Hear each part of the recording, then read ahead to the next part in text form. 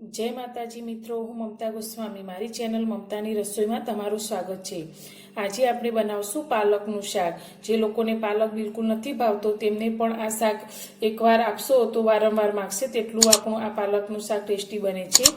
अने आ पालक आपणे खूब ज गुणकारी छे। तो अत्यारे शियाळानी सीजन चालू छे तो अत्यारे पालक खूब ज ओछा भावमां अने फ्रेश मळे छे। तो આપણે આ પાલકનો ઉપયોગ શાકમાં કરીશું અને આ શાક આપણે એકદમ ટેસ્ટી બનાવીશું। તો તેના માટે મેં અત્યારે આ રીતની ફ્રેશ પાલકની ભાજી 500 ગ્રામ લીધી છે, જેને સારી રીતે ધોઈ અને સાફ કરી લીધી છે। તો હવે આને આપણે કટ કરી લઈશું।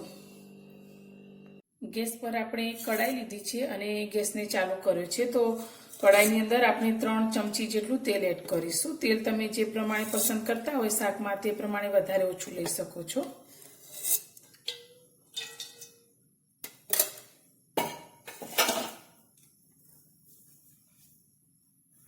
तेल आपणुं गरम थई गयुं छे तो आपणे एक अर्धी चमची जेटલું जीरुं एड करीशुं। साथे मैं अत्यारे सूकું लसण लीधुं छे, आ रीते कट करीने ते आपणे तेलनी अंदर लई लईशुं।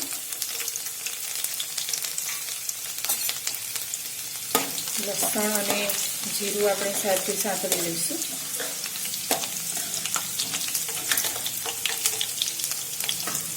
एक मोटी डુંગળીને मैं आ रीते कट करीने लीधी छे मोटा टुकड़ामां, ते आपणे लई लईशुं। आ शाकनी अंदर डુંગળીનો टेस्ट अने लसणनो एकदम सरस आवे छे। गैसनी फ्लेमने आपणे थोड़ी मीडियम राखी अने डુંગળીને सातળી लईशुं।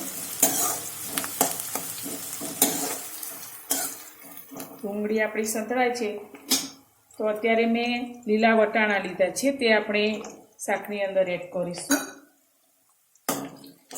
आ पालकनी साथे थोड़ा लीला वटाणा एड करवाथी शाकनो टेस्ट पण सारो आवे छे। वटाणाने तमे बाफीने पण लई शको छो, पण अत्यारे मैं काचा ज लीधा छे। जे आपणे डુંગળી अने ग्रेवी बधुं सांतळीशुं तेनी साथे आपणा वटाणा पण सारी रीते चढ़ी जशे। हवे 2 मिनिट माटे ढांकी अने आपणे डુંગળી अने वटाणाने चढ़वा दईशुं। 2 मिनिट पछी जोईए तो अपना वटाणा ने डુંગળી साथे संतराई गया है। बाकी वटाणा अपना थोड़ा कचरा हशे तो आपणे जेम जेम शाक चढ़शे तेम तेम वटाणा पण आपणा चढ़ी जशे। तो अत्यारे मैं 2 લીલા मरचाने आ रीते कट करीने लीधा छे, ते आपणे अंदर लई लईशुं। બધું જ बराबर मिक्स करी लईशुं। एक टामेटું मोटी साइजनुं मैं आ रीते कट करीने लीधुं छे, ते पण आपणे तेनी अंदर एड करीशुं।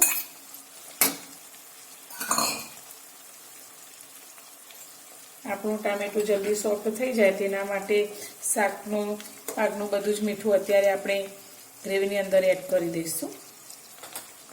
તો અત્યારે મેં 1 ચમચી જેટલું મીઠું એડ કર્યું છે।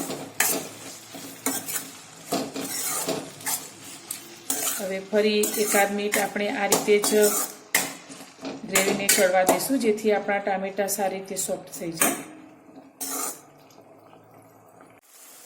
आपणा डુંગળી टामेटा वटाणा सारी रीते चढ़ी गया है। तो हवे शाकने वधु टेस्ट आपवा माटे मैं अत्यारे 1 मोटी चमची सींगदाणानो भूको लीधो छे। शेकेला सींगदाणाने आ रीते अधकचरा करीने लीधा छे। आनाथी शाकनो टेस्ट एकदम सरस आवे छे।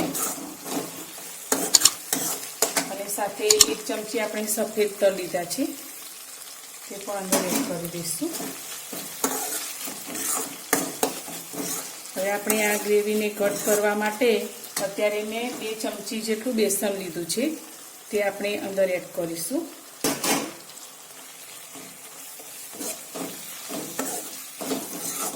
આનાથી આપણી ગ્રેવી કટ થશે અને શાક પણ એકદમ સરસ ટેસ્ટી લાગશે। હવે આની અંદર આપણે મસાલા કરી લઈશું। તો આપણે મીઠું પહેલાથી જ એડ કરી લીધું છે, તો અત્યારે આપણે 1 ચમચી જેટલું ધાણા જીરું પાવડર એડ કરીશું। સાથે આપણે અડધી ચમચી હળદર એડ કરીશું। 1 ચમચી આપણે લાલ મરચું પાવડર એડ કરીશું। આપણે ખૂબ જ ઓછા મસાલાથી જ આ શાક તૈયાર કરીશું, તો પણ એકદમ સરસ ટેસ્ટી આપણું આ શાક તૈયાર થશે। 1 મિનિટ માટે આપણે આ રીતે ધીમા ગેસની ફ્લેમ પર બધા જ મસાલાને સાતળી લઈશું। આપણે જે પાલકને સમારીને રાખ્યું છે તે આપણે આ ગ્રેવીની અંદર એડ કરીશું.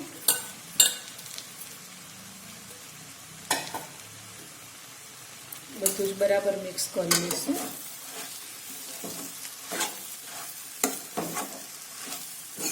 આપણા પાલકમાં પણ પાણીનો ભાગ હોય છે એટલે ગ્રેવીની અંદર પાણી પાલકમાંથી છૂટું પડશે.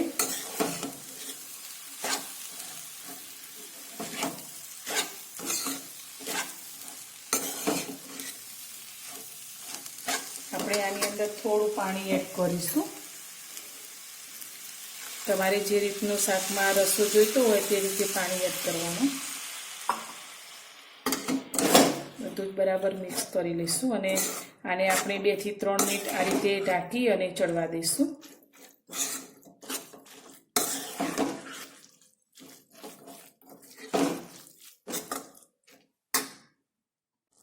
2 મિનિટ જેટલો સમય થઈ ગયો છે ને તમે જોઈ શકો છો શાકની અંદર તેલ પણ સાથે છૂટું પડવા લાગ્યું છે. તો આપણું આ શાક સારી રીતે ચડી ગયું છે. તો હવે તેને આપણે સર્વ કરશું. મિત્રો, તૈયાર છે આપણું પાલકનું શાક. આ શાક આપણું રોટલી પરાઠા સાથે ખૂબ જ ટેસ્ટી લાગે છે. તમે એકવાર આ રીતે આ શાકને જરૂરથી બનાવજો, બધાને ખૂબ જ ભાવશે. એટલું આ ટેસ્ટી આપણું શાક તૈયાર થાય છે. તો મારી આ રેસીપી તમને પસંદ આવી હોય તો વિડીયોને લાઈક જરૂરથી કરજો. અને ચેનલ પર નવા છો અને ચેનલને હજુ સુધી સબસ્ક્રાઈબ ના કરી હોય તો ખાસ સબસ્ક્રાઈબ પણ કરી દેજો. તો ફરી મળીશું એક નવી જ રેસીપી સાથે નવા વિડીયોમાં.